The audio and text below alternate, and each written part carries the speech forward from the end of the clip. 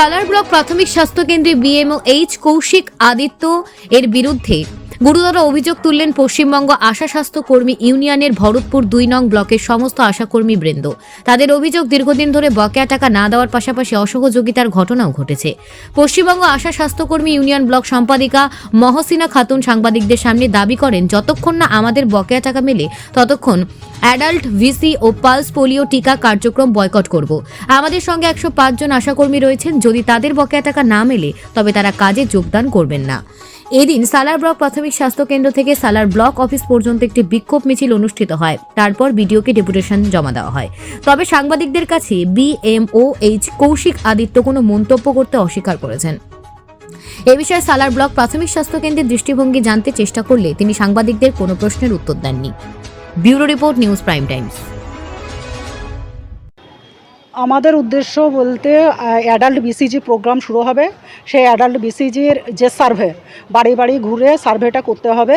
তো বাড়ি বাড়ি ঘুরে সার্ভে করা আমাদের সম্ভব নয়, তাই আমরা বিএমএস সাহেবকে জানিয়েছিলাম। বিএমএস সাহেব তার কোনো সদুত্তর দেননি, যার জন্য আমরা বিডিও সাহেবকে আজকে ডেট নিয়ে এখানে এসেছি। কেন সম্ভব নয় মানে আবাস যোজনা সার্ভে আমরা করেছিলাম আশারা, আপনারা সবাই জানেন। তো আবাস যোজনা সার্ভে করার পর যখন সেই লিস্টটা ব্লকে আসলো, ব্লকে আসার পরে কিন্তু স্বজন পোষণ হলো। আশারা যে সার্ভেটা করে জমা দিয়েছিল সেটা কিন্তু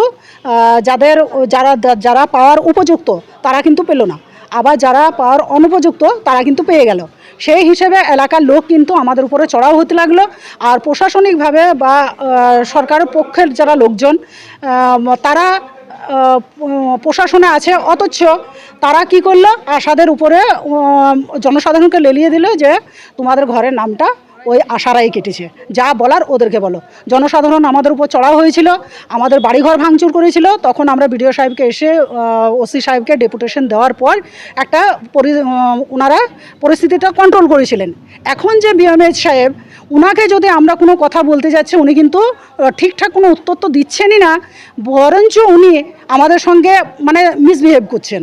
তো সেই হিসেবে আমরা কিন্তু সিকিওর হইনি যে আমরা কাজটা যে করব, কাজটা তো করতে গিয়ে যে সমস্যাটা আসবে সেটা তো বিএমএইচকে বা বিডিওকে তো ট্যাকেল দিতে হবে।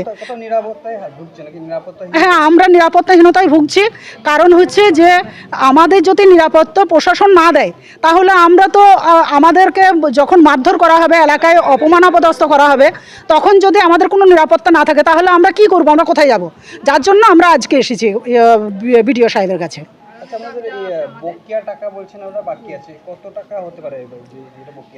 আমরা এমআর ভ্যাকসিনের কাজ করেছি 2023 সালে। সমস্ত কাজ আমরা করেছি, করার পরে এনএম দিদিদের টাকাটা এনএম দিদিরা পেয়ে গেছে। আশাদের যে 2,25,000 টাকা সেটা কিন্তু ফেরত গেছে। আমরা যখন বিপিএসসিতে গিয়ে ব্যায়ামের কাছে অভিযোগ করি যে আমাদের টাকা কোথায় গেল, তখন কিন্তু বলছে আপনাদের কোনো টাকা নেই। আমরা যখন প্রমাণ দিলাম যে না, অন্যান্য ব্লকে বা অন্যান্য ডিস্ট্রিক্টে আশারা পাচ্ছে, আমরা কেন পাবো না, তখন খোঁজ খবর নিয়ে দেখা গেল তখন বিএমএস জানাচ্ছেন যে আপনাদের টাকা ফেরত গেছে। তো ওনাকে আমরা বারবার বলেছি যে আমাদের টাকাটা ফিরিয়ে নিয়ে আসার ব্যবস্থা করুন, বারবার লিখিত দিয়েছে। বা ইভেন এখন যে বিএমএস স্যার আছেন ওনাকেও কিন্তু আমরা বারবার বলেছি যে স্যার, এমআর ভ্যাকসিনে যে 2,25,000 টাকা ফেরত গেল সেই টাকাটা আপনি ফেরত নিয়ে আসুন, আপনারা সেই টাকাটা ফেরত নিয়ে এসে আমাদের ডিস্ট্রিবিউট করুন, না হলে আমরা কিন্তু কাজ করব না। এরকম একটা সিদ্ধান্ত আমরা নিয়েছি। আজকে আমাদের সঙ্গে ব্লকে আমরা পশ্চিমবঙ্গ আশা স্বাস্থ্যকর্মী ইউনিয়নের সমস্ত আশারা যারা আমাদের মানে 100% সদস্য আমাদের সঙ্গে আছে, তারা সবাই এসছে এখানে, সবাই লিখিত দিয়েছে। আর সবারই একই মত যে আমরা কাজ করব, কিন্তু পারিশ্রমিক আমাদেরকে ন্যায্য দিতে হবে। আমাদের যে দাবি দেওয়া, সেই দাবি দেওয়া যদি পূরণ না হয় তাহলে অ্যাডাল্ট বিসিজির ভ্যাকসিনের যে কাজ, সেই কাজ আমরা কিন্তু কোনোভাবেই করব না। আর এমনিতে কোভিড ভ্যাকসিনের যে টাকা, সে টাকা 5 বার কোভিড ভ্যাকসিনের টাকা এসছে, 4 বারের টাকা আমরা পাইনি। 5 বারের টাকা যখন আমরা চেপে ধরেছিলাম তখন 5 বারের টাকাটা কোনো সেন্টারে 1,000, কোনো সেন্টারে 500, কোনো সেন্টারে 300, কোনো সেন্টারে 2,500 এইরকম।